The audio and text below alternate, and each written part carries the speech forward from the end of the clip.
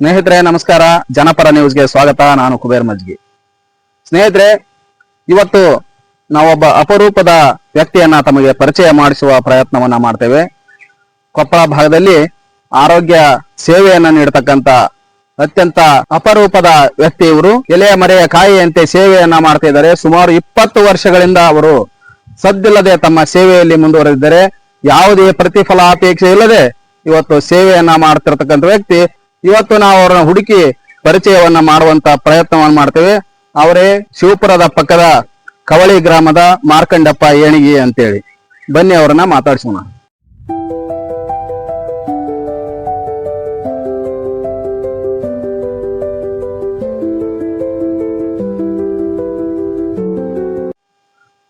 Sir ನಮಸ್ಕಾರ.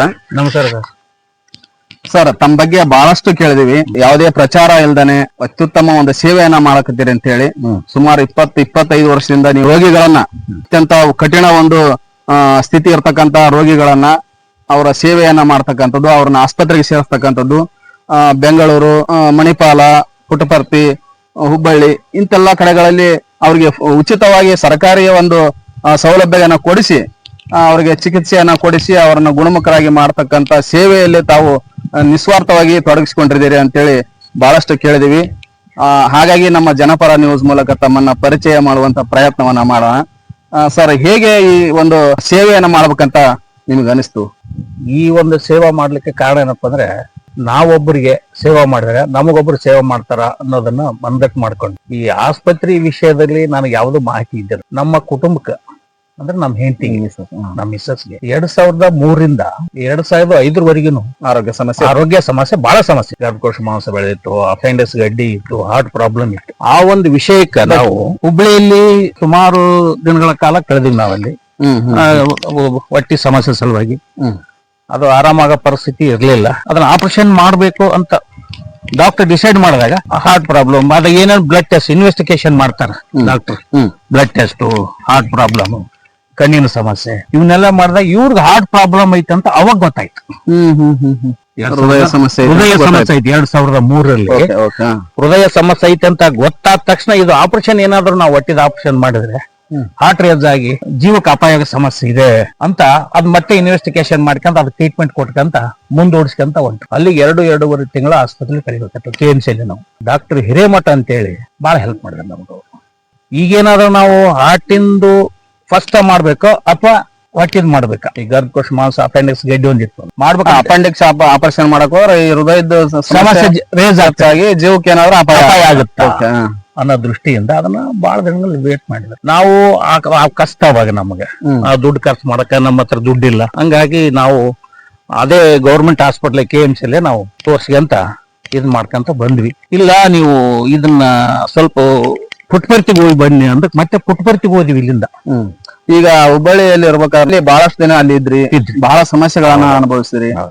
ಸುಮಾರು 3-4 ತಿಂಗಳ ಅಲ್ಲಿ ನೀವು ಇದ್ರಿ. ಅವಾಗ ಏನ್ ಬಹಳಷ್ಟು ಆರ್ಥಿಕ ಸಮಸ್ಯೆ ಮುಗ್ಗಟ್ಟು ನಿಮ್ಮನ್ನ ಕಾಡ್ತಿತ್ತು. ನಿಮ್ಗೆ ಅಲ್ಲಿ ಹೊರಗಡೆ ಹೋಗಿ ಊಟ ಮಾಡ್ಲಿಕ್ಕೆ, ಟೀ ಕುಡಿಯೋದು ಬಹಳ ಕಷ್ಟ ಇತ್ತು ಅಂತ ಹೇಳಿದ್ದೆ. ಬಹಳಷ್ಟು ಅಲ್ಲಿ ಕಷ್ಟವನ್ನ ಅನುಭವಿಸಿ ಮತ್ತೆ ಪುಟ್ಟಪರ್ತಿಗೆ ಅಲ್ಲಿ ಕೂಡ ಎಲ್ಲ ಮತ್ತೆ ಇದರಂಗ ಸೇಮ್ ಅಲ್ಲಿ ಟೆಸ್ಟ್ ಮಾಡಿದ್ರಿ. ಇಲ್ರಿ ಇಲ್ಲಿ ನಮ್ಮಲ್ಲಿ ಆಗಲ್ಲ, ನೀವು ದಯವಿಟ್ಟು ಮತ್ತೆ ನೀವು KMCಗೆ ಹೋಗ್ರಿ, ಅಲ್ಲೇ ನೀವು ಅನುಕೂಲ ಆಗುತ್ತಾ, ಇಲ್ಲಿ ಆದ್ರೆ ಆಗೋದಿಲ್ಲ ಅಂತ ಮತ್ತೆ ಅವರು ಅಲ್ಲಿಗೆ ರೆಫರ್ ಮಾಡಿದ್ರು. ಮತ್ತೆ ಒಳ್ಳೆ ಹುಬ್ಳಿಗೆ ಬಂದ್ವಿ.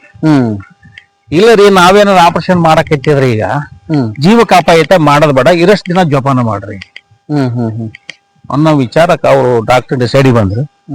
ನನಗೆ ಬೇಜಾರಾಯ್ತು. ಈಗ ನಾವೇನಾದ್ರು ಆಪರೇಷನ್ ಮಾಡ್ಲಾದ ಕರ್ಕೊಂಡು ಹೋದ್ರೆ ಇವನ ಹತ್ರ ದುಡ್ಡಿಲ್ಲ, ಅದಕ್ಕೆ ಆಪರೇಷನ್ ಮಾಡ್ಸಿಲ್ಲ, ಸುಮ್ನೆ ಅಮ್ಮನ್ ಸಹಾಯ ಬಂದ್ಬಿಟ್ಟ ಅನ್ನೋ ವಿಚಾರಕ್ಕೆ ಬರ್ತಂತ ಡಾಕ್ಟರ್ ಹತ್ರ ನಾನು ರಿಕ್ವೆಸ್ಟ್ ಮಾಡ್ಕೊಂತ, ಸರ್ ಹಿಂಗಿದೆ, ಈಗ ನೀವೇನು ಆಪರೇಷನ್ ಮಾಡ್ತೀರಾ, ಉಳಿಯೋದು ಬಿಡೋದು ದೇವ್ರೀಚ್, ನಮ್ಮ ಮಕ್ಕಳು ತುಂಬಿದ್ರೆ ಉಳಿತಾರ, ಮಕ್ಕಳು ಸಣ್ಣದಿದ್ರು. ಆ ಒಂದು ಗಟ್ಟಿ ನಿರ್ಧಾರಕ್ಕೆ ಬಂದ್ವಿ. ಕೊನೆಗೆ ಆಪರೇಷನ್ ಮಾಡ್ಸಕ್ ಗರ್ಭಕೋಶದ ಆಪರೇಷನ್ ಮಾಡ್ಸಿದ್ವಿ. ಹಾರ್ಟ್ ರೇಸ್ ಆಯ್ತು, ಜೀವಕ್ಕೆ ಅಪಾಯನೂ ಆಗ ಮೋಸ್ತಿತ್ತು. 7 ದಿನ ಟೈಮ್ ಕೊಟ್ರು, ಕೋಮಾದಾಗಿದ್ರು 7 ದಿನ ಆಗಿಂದೆ ಪ್ರಜ್ಞೆ ಬಂತು. ಅದೃಷ್ಟ. ಬಹಳಷ್ಟು ಡಾಕ್ಟರ್ ಹೇಳಿದ್ರ ಈ ರೋಗ ಬಹಳಷ್ಟು ಗಂಭೀರ ಸಮಸ್ಯೆ ಇದೆ. ಹೌದೌದು. ಅದೇನಾದ್ರು ಅವ್ರು ಉಳಿದು ಮತ್ತೆ ಬನ್ನಿ ಅಂದ್ರೆ ಅದು ಒಂದು ಪುನರ್ಜನ್ಮ ಅಂತ ಹೇಳಿದ್ರು ಅವ್ರು. ಅದು ನಿಮ್ಮ ಇಷ್ಟ, ಮಾಡಿದ್ರೆ ಮಾಡ್ತೀವಂತ ನಮ್ಗೆ ಒಪ್ಪಿಗೆ ತಗೊಂಡು ಅದು ಏನಾರ ಆಗ್ಲಿ ಸರ್ ನೀವು ಮಾಡ್ರಿ ಅಂತ ಒಪ್ಪಿಗೆ ಕೊಟ್ಟ ಮೇಲೆ ಆಪರೇಷನ್ ಮಾಡಿದ್ರು. ಬಹಳ ಒಂದು 7 ದಿನ ಬಹಳ ಕಷ್ಟ ಆಯ್ತು. ಅಂತೂ ಆಪರೇಷನ್ ಮಾಡಿದ್ಮೇಲೆ ಮತ್ತೆ ಆರಾಮಾದ್ರು. ಈಗ ಹಾರ್ಟ್ ಆಪರೇಷನ್ ಅದಾದಿಂದ ಹಾರ್ಟ್ ಆಪರೇಷನ್ ಮಾಡಿಸಿದ್ರೆ ಅದಾಗಿಂದ 3 ತಿಂಗಳ ಮಟ್ಟ ಲಿಕ್ವಿಡ್ ಫುಡ್ ಏನ್ ಕೊಟ್ವಲ್ಲ ಸ್ವಲ್ಪ ಆರಾಮ ಹಾಕ್ಯಂತ ಬಂದ್ರು ಅವ್ರು. ಮತ್ತೆ 2-3 ತಿಂಗಳು ಆಗಿಂದೆ ಮತ್ತೆ ಹಾರ್ಟಿನ ಪ್ರಾಬ್ಲಮ್ ಆಯ್ತು. ಮತ್ತೆ ಹಾರ್ಟ್ ರೇಸ್ ಆಗಿತ್ತು. ನಾನು ಬೆಂಗಳೂರು ನಾರಾಯಣ ಹೃದಯ ಕರ್ಕೊಂಡು ಹೋದ್ ನೋಡ್ರಿ. ಆ ಟೈಮ್ನಲ್ಲಿ ನನಗೆ ಜನ ಬಹಳ ಹೆಲ್ಪ್ ಮಾಡಿದ್ರು. ಹುಬ್ಳಿಯಲ್ಲಿ, ಪುಟ್ಟಪರ್ತಿಯಲ್ಲಿ ನನ್ನ ಪರಿಸ್ಥಿತಿ ನೋಡಿ, ಹಂಗಾಗಿ ನಾವು ಈ ಸೇವನ ಮುಂದುವರಿಸ್ತಾ ಇದೀನಿ. ನಿಮ್ಮ ಶ್ರೀಮತಿ ಅವರಿಗೆ ಆರಾಮಿಲ್ದಾಗ ಅವರು ಗಂಭೀರ ಕಾಯಿಲೆಯಿಂದ ಬಳಲ್ತಿರ್ಬೇಕಾದ್ರ ಸಾಕಷ್ಟು ದಿನಗಳು ತಿಂಗಳಗಟ್ಟಲೆ ನೀವು ಆಸ್ಪತ್ರೆಯಲ್ಲಿದ್ದಾಗ ಬಹಳಷ್ಟು ಜನ ನಿಮ್ಗೆ ಅವಾಗ ಸಹಾಯ ಮಾಡಿದ್ದಾರೆ. ಅದು ನಿಮ್ಗೆ ಈಗ ಮಂದಿಗೆ ಬೇರೆದವ್ರಿಗೆಲ್ಲ ಸಹಾಯ ಮಾಡಕ್ ಒಂದು ಸ್ಫೂರ್ತಿ ಆಯ್ತು. ಆಯ್ತು. ಈಗ ಅದೆಲ್ಲ ಆದ್ಮೇಲೆ ನೀವು ಜನರನ್ನ ಅವ್ರಿಗೆ ಕಷ್ಟದಾಗಿರುವಂತ ಅಂದ್ರೆ ರೋಗಿಗಳನ್ನ ನೀವು ಆಸ್ಪತ್ರೆಗೆ ಸೇರ್ಸಂತ ಕೆಲಸ ಮಾಡಕತ್ತಿದ್ರಿ. ಅವ್ರನ್ನ ದೊಡ್ಡ ದೊಡ್ಡ ಆಸ್ಪತ್ರೆಯಾಗ ಕೆಲವೊಂದು ಸರ್ಕಾರದ ಯೋಜನೆಗಳು ಯಶಸ್ವಿನಿ ಇರಬಹುದು, ಆಯುಷ್ಮಾನ್ ಭಾರತ್ ಇರಬಹುದು, ಇಂತ ಯೋಜನೆಗಳ ಒಳಗ ಸೇರಿಸ್ತೀರಿ. ಅವ್ರಿಗೆ ಮಾಹಿತಿ ಇರಲ್ಲ. ಆಕ್ಚುಲಿ ರೈತರಿಗೆ ಬಹಳಷ್ಟು ಒಳ್ಳೆ, ಯಾರಿಗೂ ಯೋಜನೆಗಳ ಬಗ್ಗೆ ಮಾಹಿತಿ ಇರಲ್ಲ. ಅವ್ರೆಲ್ಲ ಆ ಸ್ಕೀಮ್ನಾಗ ಸೇರಿಸಿ ನೀವು ಅವ್ರಿಗೆ ಆಸ್ಪತ್ರೆ ಗುಣಮುಖ ಮಾಡಂತ ಪ್ರಯತ್ನ ಮಾಡ್ತಾರೆ. ಈಗ ಸುಮಾರು 20 ವರ್ಷ ಆಯ್ತಾ? 20 ವರ್ಷ. 2003ರಿಂದ 2005 ನಮ್ಮ ಮಿಸ್ಸಸ್ ಗರಮಲ್ಲ ಆ ಟೈಮ್ನಾಗ ಜನ ಏನ್ ನನಗೆ ಹೆಲ್ಪ್ ಮಾಡಿದ್ರಲ್ಲ, ಅದು ಆಸ್ಪತ್ರೆಗೆ ಅಡ್ಡಾಡ ಅನುಭವ ಆಯ್ತು ನನಗೆ. ಏನೇನ್ ಇರ್ತೈತೆ ಆಸ್ಪತ್ರೆಗೆ ಏನೇನು ಸೌಲಭ್ಯಗಳು ಇರ್ತೈತೆ, ಏನ್ ಇರ್ತೈತೆ, ಹೆಂಗ್ ತಗೋಬೇಕು ಅನ್ನೋದ್ರ ಬಗ್ಗೆ ಗೊತ್ತಾಯ್ತು. ಅವಾಗ ಜನರು ನನಗೆ ಸಹಾಯ ಮಾಡಿದಕ್ಕ ನಾನು ಈ ಸೇವೆ ಜನರಿಗೆ ಯಾಕೆ ಮಾಡಬಾರ್ದು ಅನ್ನೋದು ಮನಸ್ಸಲ್ಲಿ ಬಂತು. ಈಗ ಎಷ್ಟು ನೀವು ಜನರಿಗೆ ಈ ತರ ಹೆಲ್ಪ್ ಮಾಡ್ರಿ? ಎಷ್ಟು ಜನ ಪೇಷಂಟ್ ಗಳನ್ನ ಆಸ್ಪತ್ರೆಗೆ ಸೇರಿಸಿ? ಸುಮಾರು 1000 ಜನರನ್ನ ನಾವು ಮಾಡಿಸಿದ್ವಿ. ನಾನು ಕೇಳಿದ್ದೆ ಬಹಳಷ್ಟು. ಈಗ ನೀವು ಒಂದ್ ವಾರದಾಗ 3-4 ಪೇಷಂಟ್ ಅಂದ್ರು 2005ರಿಂದ ಅದೇ ಕೆಲಸ ಮಾಡ್ತಾರೆ. ಅಲ್ಲ, ನೀವು ಒಂದ್ ವಾರದಾಗ 3 ದಿವಸ ನೀವು ಸ್ವತಃ ಅವ್ರನ್ನ ಕರ್ಕೊಂಡು ಹೋಗ್ತಾರೆ. ಬೆಂಗಳೂರಿಗೆ ಕರ್ಕೊಂಡು ಆಸ್ಪತ್ರೆಗೆ ಸೇರಿಸಿ ಅಡ್ಮಿಟ್ ಮಾಡಿ ಎಲ್ಲಾ ವ್ಯವಸ್ಥೆ ಮಾಡಿ ಅಲ್ಲಿ ಡಾಕ್ಟರ್ ಹತ್ರ ಕಮ್ಯುನಿಕೇಶನ್ ಎಲ್ಲ ಅವ್ರಿಗೆ ಮಾಡಿಸಿ ಪರಿಚಯ ಮಾಡಿಸಿ ಅಲ್ಲಿಂದ ಮತ್ತೆ ಮಾರ್ಕೆಟಿಂಗ್ ಮ್ಯಾನೇಜರ್ ಇರ್ತಾರ, ಆಮೇಲೆ ಅಲ್ಲಿ ಆರೋಗ್ಯ ಮಿತ್ರ ಇರ್ತಾರ, ಅವ್ರಿಗೆಲ್ಲ ಹೇಳ್ಬಿಟ್ಟು ಸರ್ ನಮ್ದು ಸರ್ ಪೇಷಂಟ್ ಇದು ಈ ತರ ಅಂತ ಪರಿಚಯ ಹಾಕ್ಯಂಡ್ ಒಬ್ರಿಗಿಂದ ಒಬ್ರಿಗೊಬ್ಬ ಪರಿಚಯ ಹಾಕ್ಯಂತ ನಮ್ ಸೇವೆ ಅವ್ರು ಗುರ್ತಿಸಿ ಅವರು ನಮಗ್ ಬಹಳ ಹೆಲ್ಪ್ ಮಾಡಕೈತಿ.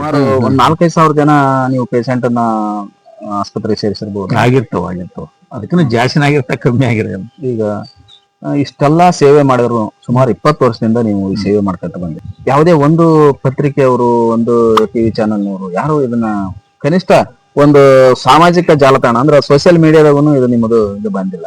ಯಾರು ಇವತ್ತಿನ ಕಾಲದಾಗ ಹೆಂಗೈತೆ ಅಂದ್ರ ಸಣ್ಣ ಪುಟ್ಟ ಏನಾದ್ರು ಒಂದ್ ಸಣ್ಣ ಸೇವೆ ಮಾಡಿದ್ರು ಅಂದ್ರ ಅದನ್ನ ಒಟ್ಟು ಮೀಡಿಯಾದಾಗ ಹೇಳ್ಕೇನಂತದ್ದು. ನೀವು ತಗೊಂಬಂದಿಲ್ಲ, ಯಾಕೆ ಪ್ರಚಾರಕ್ಕೆ ಮಾಡ್ಲಿಲ್ಲ? ನಾನು ಆ ತರ ಪ್ರಚಾರ ಆಗ್ಬೇಕಂತ ನಾನು ಆಸೆ ಪಟ್ಟವನ ಅಲ್ಲ. ನಾನು ಅದನ್ನ ಗುರ್ಸರ ಯಾರು ಇದ್ರೆ ನಿಮ್ಮಂತರಿದ್ರೆ ಗುರ್ಸ್ಬೋದಿತ್ತು. ಹಂಗಾಗಿ ಆ ಗುರ್ಸಿದಂದ್ರೆ ರಮೇಶ್ ಹೊಳೆಯಾಚಿ ಸ್ಕೂಲಲ್ಲಿ ಪ್ರೋಗ್ರಾಮ್ ಇದ್ದಾಗ ವಿವೇಕೇಶ್ವರಿ ಪ್ರಶಸ್ತಿ ಕೊಟ್ರು ನನಗೆ. ಅಲ್ಲ, ಪ್ರಶಸ್ತಿ ಅವ್ರು ನಿಮ್ಗೆ ಗುರ್ಸ್ಕೊಟ್ರು. ಮೀಡಿಯಾದಾಗ ಎಲ್ಲಿ ಪ್ರಚಾರ ಬಹಳಷ್ಟು ಸಂತೋಷ ಆಗುತ್ತೆ ನಿಮ್ಮಂತವ್ರು ನೋಡಿ. ಯಾಕಂದ್ರೆ ಎಲೆಮರಿಯ ಕಾಯಿ ಅಂತೆ ನೀವು ಉಳ್ಕೊಂಡು ಸೇವೆ ಮಾಡ್ತೀರಿ.